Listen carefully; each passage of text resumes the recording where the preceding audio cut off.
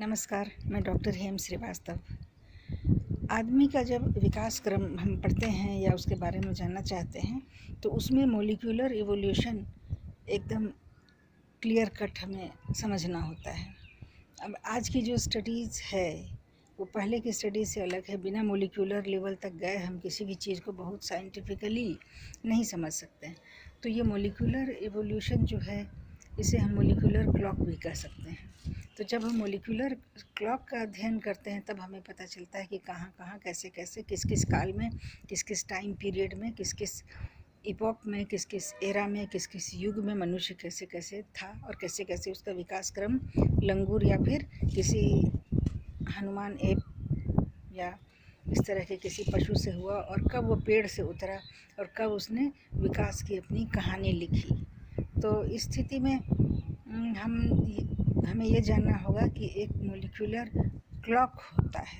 एक molecular clock हम समझते हैं, इसमें हम स्टडी करते हैं कि कितने काल में कितना अंतर आया। पहले हम समय को हिस्सों में बांट लेते हैं, कई हज़ार साल के हिस्सों में या कई लाख साल के हिस्सों में समय को हम बीते हुए समय को पृथ्वी के कालखंड को हम वैसे बांटते हैं। फिर उसके बाद हम स्टडी करते हैं फॉसिल स्टडी के आधार पर कि कितने काल में कितने म्यूटेशन हुए, किस हड्डी में कितना अंतर आया, ब्रेन का क्या डेवलपमेंट था, ब्रेन का क्या साइज़ था, आदमी का क्या पोस्चर था, आदमी के हाथ और पैरों की हड्डियों की क्या स्थिति थी, उसके फैलेंजेस कैसे थे, उसके नाखूनों की क्या अवस्था थी, उसकी आई कैविटी की क्या हालत थी। तो इस क्रम में हम पाते हैं कि मनुष्य के ब्रेन का विकास होता चला गया। आदमी का ब्रेन समय के हिसाब से काफ़ी डेवलप हुआ। अन्य जानवरों की बनिस्बत मनुष्य के ब्रेन का विकास काफ़ी हुआ। और फिर इस विकास क्रम में ये ब्रेन का आकार एकदम से 1000 ml से भी कम था। उससे बढ़ता बढ़ता बढ़ता बढ़ता ये अभी 2500 ml से भी ऊपर जा चुका है। तो कितने काल में, कितने हज़ार साल में कितना ब्रेन बढ़ा और इससे मनुष्य के इंटेलिजेंस की एक झलक मिलती है।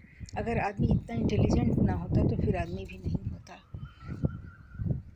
तो जब हम इवोल्यूशन ऑफ मैन पढ़ते हैं तो हमें उसमें हमको दिखता है कि ब्रेन का समय के साथ कितना विकास हुआ, कितने हज़ार साल में ब्रेन कितना बढ़ा या किस आदमी के किस फॉसिल में ब्रेन का क्या साइज़ था और आज कितना है।